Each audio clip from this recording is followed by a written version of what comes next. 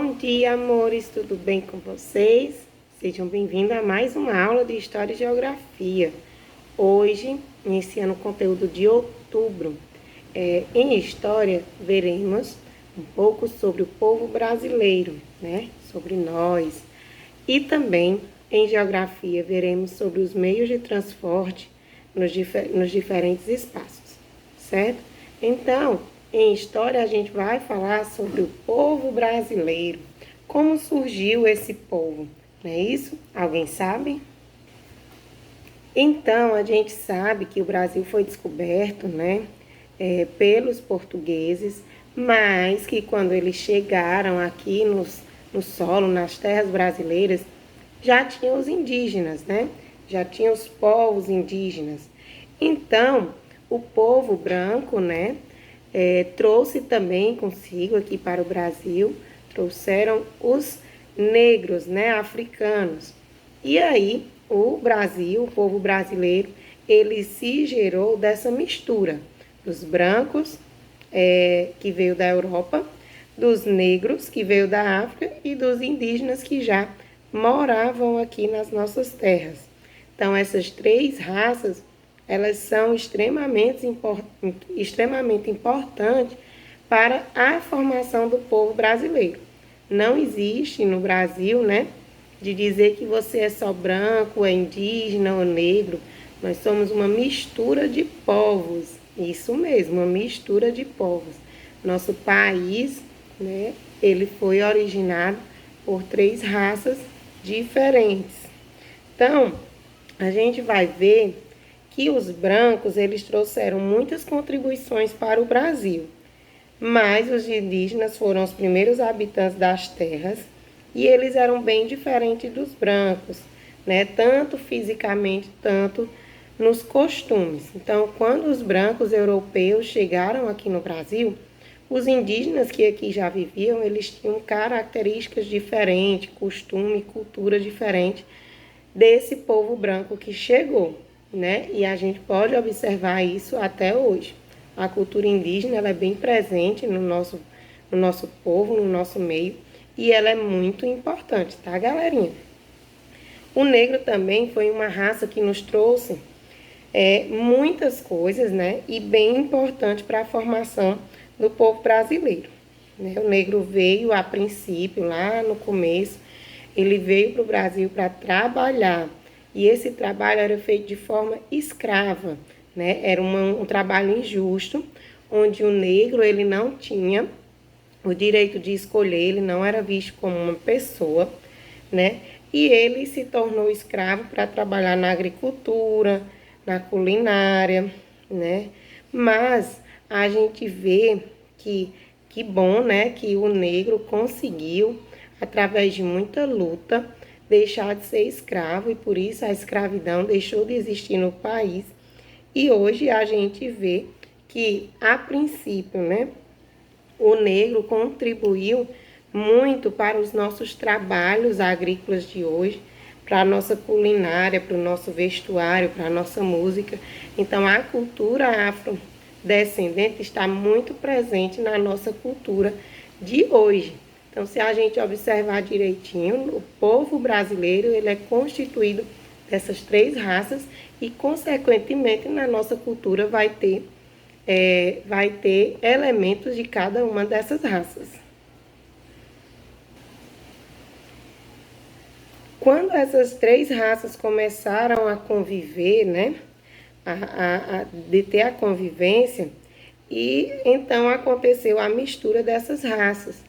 O que aconteceu? Pessoa branca casou com pessoa negra, negro com indígena, indígena com branco, e aí surgiu essa mistura, né? Surgiu uma nova raça, que a gente pode exemplificar falando dos mamelucos ou caboclos, que é uma raça que veio da mistura de um índio com um branco, né? Então, um índio com um branco dá uma raça chamada caboclo ou mamelucos. Já os cafusos, eles são de origens de negros e indígenas, né? Então, negro com indígena gerou a raça cafuso. E os mulatos é a raça que vem dos negros com os brancos. Então, o negro com o branco juntos fizeram, né, deram origem à raça dos mulatos. Então, com a influência de todas essas raças, o povo brasileiro e seus costumes e suas tradições foram criados, certo? Então, nós somos um país, né, que é gerado dessas três raças, tá bom? O povo brasileiro vem das três raças que aqui chegaram e aqui já estavam, tá bom?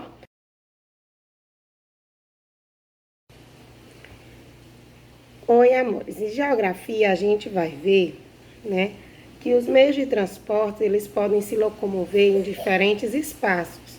Quais são esses espaços?